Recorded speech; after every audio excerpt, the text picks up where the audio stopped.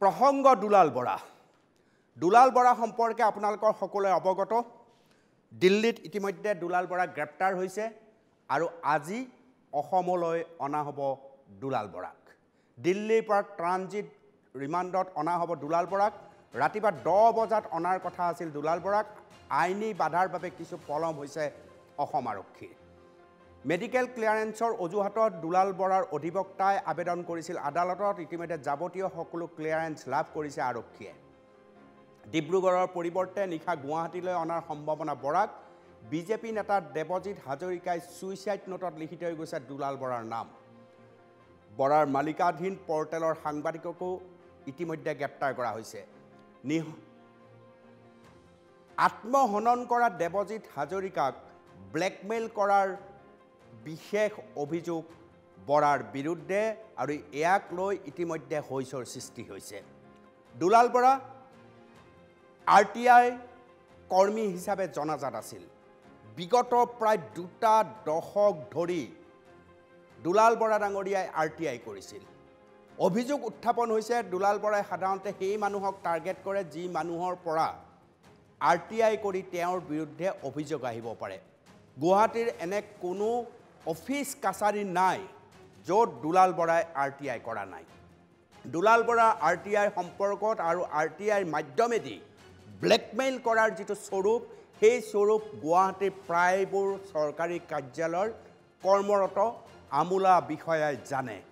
যাৰ ফলত মুখ্যমন্ত্ৰীৰ সন্মুখত কেইবাবাৰো অভিযোগ উত্থাপন কৰা হৈছিল আপোনালোকৰ জ্ঞাত এটা সময়ত বুলডোজাৰ লগাই দুলাল বৰাৰ ঘৰ পৰ্যন্ত ভাঙি দিয়া হৈছিল শেহতীয়াভাৱে মুখ্যমন্ত্ৰীয়ে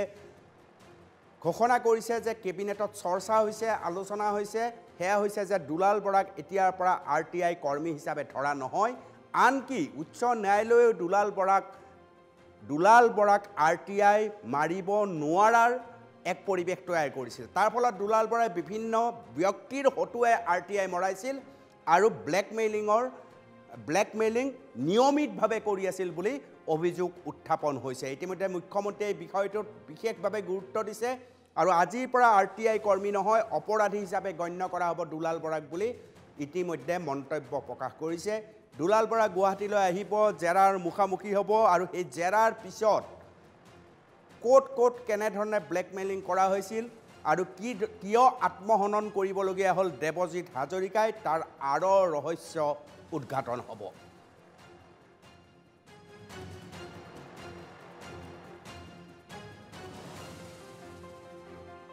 অসমত আৰটিআই কৰ্মীৰ সংখ্যা কম নহয় দুলাল বৰা আজি সন্মুখলৈ আহিছে কিন্তু এনে বহু আৰটিআই কৰ্মীৰ বিৰুদ্ধে গুৰুতৰ অভিযোগ আছে জিলাই সৰু আৰটিআই কৰ্মী আছে তেওঁলোকে এই পৰ্ব আৰম্ভ কৰে আৰু এটা সময়ত তেওঁলোকে যেতিয়া সফল হয়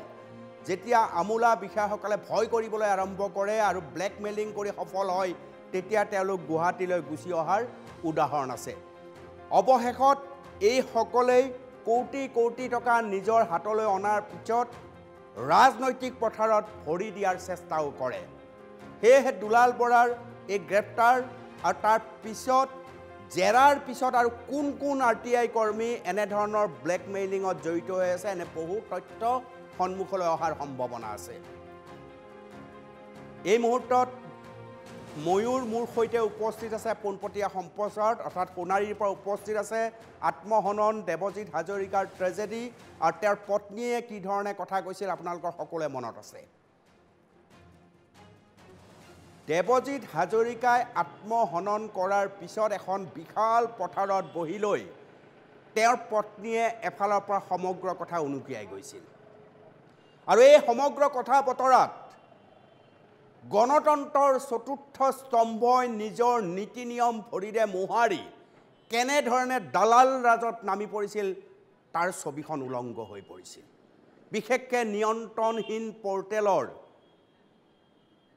যি দালালি স্বভাৱ তাৰ সন্মুখত উদঙাই দাঙি ধৰিছিল দেৱজিৎ হাজৰিকাৰ পত্নীয়ে এই মুহূৰ্তত সোণাৰীৰ পৰা মোৰ সৈতে মোৰ সতীৰ্থ উপস্থিত আছে ময়ূৰ শেহতীয়া আপডেট কি আহিছে তেওঁৰ পত্নীয়ে এই সমগ্ৰ খবৰ পোৱাৰ পিছত যে ইতিমধ্যে দুলাল বৰাৰ নাম তেওঁ বাৰে বাৰে উল্লেখ কৰিছিল এজন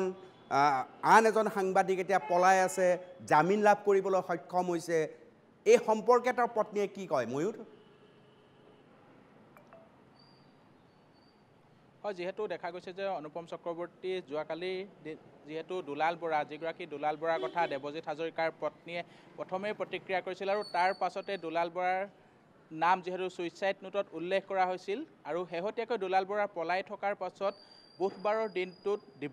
দিল্লী ক্ৰাইম ব্ৰাঞ্চে দুলাল বৰাক আটক কৰিবলৈ সক্ষম হৈছিল আৰু দুলাল বৰাক আটক কৰাৰ পাছতেই আজিৰ দিনটোত যিহেতু দুলাল বৰাক সোণাৰী আৰক্ষী থানালৈ চৰাইদেউ জিলা আৰক্ষীয়ে লৈ অনাৰ কথা আছিল, কিন্তু শেহতীয়াকৈ আমি জানিব পাৰিছোঁ যে কিছু আইনী বাধাৰ বাবে দুলাল বৰাক বৰ্তমানলৈকে ডিব্ৰুগড়লৈ যি আহিব লগা ফ্লাইটত আনিবলৈ সক্ষম হোৱা নাই চৰাইদেউ আৰক্ষী। যিহেতু দুলাল বৰাৰ অধিবক্তাই স্বাস্থ্যজনিত কাৰণত মেডিকেল ক্লিয়াৰেন্সৰ বিভিন্ন অজুহাত দেখাই পিনে দুলাল বৰাক ডিব্ৰুগড়লৈ অনাত নিবলৈ বাধা প্ৰদান কৰাত আবেদন কৰিছে বুলি আমি যিহেতু জানিব পাৰিছোঁ আৰু শেহতীয়া আপডেট মতে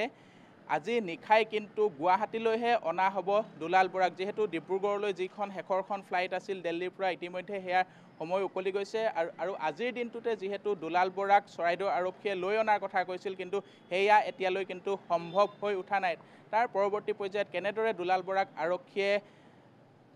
অসমলৈ লৈ আহে আৰু কেনেদৰে তদন্ত প্ৰক্ৰিয়া চলায় সেয়া সকলোৰে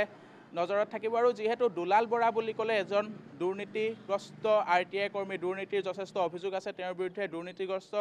RTI কৰ্মীগৰাকীয়ে দেৱজিৎ হাজৰিকাক বিভিন্ন ধৰণে মানসিকভাৱে হাৰাশাস্তি কৰাৰ অভিযোগ যিহেতু দেৱজিৎ হাজৰিকাৰ পত্নীয়ে উল্লেখ কৰিছিল আৰু দেৱজিৎ হাজৰিকাৰ পত্নীয়ে দেৱজিৎ হাজৰিকাৰ মৃতদেহ পোৱাৰ পাছতেই যিটো নাম উল্লেখ কৰিছিল সেয়া হৈছে দুলাল বৰা। দুলাল বৰাই মোৰ মানুহজনক মৃত্যুৰ মুখলৈ ঠেলি দিলে বুলি তেওঁ অভিযোগ উত্থাপিত হৈছিল আৰু তাৰ পাছতেই দুলাল বৰাক লৈ আৰক্ষীৰ অভিযান চলিছিল। কিন্তু বিগত কেইবাটাও দিন দিল্লীত থকাৰ পাছত দিল্লী ক্ৰাইম ব্ৰাঞ্চে বুধবাৰৰ দিনটোত দুলাল বৰাক আটক কৰিবলৈ সক্ষম হৈছিল যদিও কিন্তু এতিয়ালৈকে কিন্তু চৰাইদেউ আৰক্ষীয়ে দুলাল বৰাক অসমলৈ মই জানিব বিচাৰিম দুলাল বৰা গ্ৰেপ্তাৰ হোৱাৰ খবৰটো পোৱাৰ পিছত দেৱজিৎ হাজৰিকাৰ পত্নীৰ প্ৰতিক্ৰিয়া কি? কাৰণ তেখেতে যথেষ্ট সময় এই বিষয়টো উল্লেখ কৰিছিল আৰু দিল্লীৰ পৰা গুৱাহাটীলৈ অনা, গুৱাহাটীৰ পৰা জেৰাৰ মুখামুখি হ'ব এই প্ৰসংগ আমি ইতিমধ্যে উল্লেখ কৰিছোঁ। তোমাৰ পৰা এইটো আপডেট বিচাৰিছোঁ মই। হয়, যিহেতু বুধবাৰৰ দিনটোত দুলাল বৰাক দিল্লী ক্ৰাইম ব্ৰাঞ্চে আটক কৰিছিল আৰু তাৰ লগে লগে আমি দেৱজিৎ হাজৰিকাৰ পত্নীৰ প্ৰতিক্ৰিয়া ল'বলৈ চেষ্টা কৰিছিলোঁ আৰু পত্নীয়ে এটাই কথা উল্লেখ কৰিছিল যে প্ৰথমেই তেওঁ অসমৰ মুখ্যমন্ত্ৰী ডক্টৰ হিমন্ত বিশ্ব শৰ্মাক ধন্যবাদ জ্ঞাপন কৰিছিল যিহেতু দিল্লী পুলিচৰ সহায়ত দুলাল বৰাক আটক কৰা হৈছিল আৰু তাৰ পাছতে তেওঁ এটা মিশ্ৰিত প্ৰতিক্ৰিয়া কৰিছিল যে যিহেতু 3জনকৈ লোকহে বৰ্তমানলৈকে আটক হৈছে, এগৰাকী লোকে কিন্তু জামিন লাভ কৰিবলৈ সক্ষম হৈছে। তাৰ পাছতে দেৱজিৎ হাজৰিকাৰ পত্নীয়ে সকলোকেইগৰাকী ব্যক্তিকে দোষীয়ে উচিত শাস্তি পাবলৈ আৰু দেৱজিৎ হাজৰিকাৰ পৰিয়ালৰ দেৱজিৎ হাজৰিকাৰ মৃত্যুত যিকেইজন লোক জড়িত আছে তেওঁলোকক সকলোৱে দোষীয়ে শাস্তি পোৱাটো দেৱজিৎ হাজৰিকাৰ পত্নীয়ে আশা কৰি মন্তব্য প্ৰকাশ কৰিছিল। বহুত বহুত ধন্যবাদ ময়ূৰ।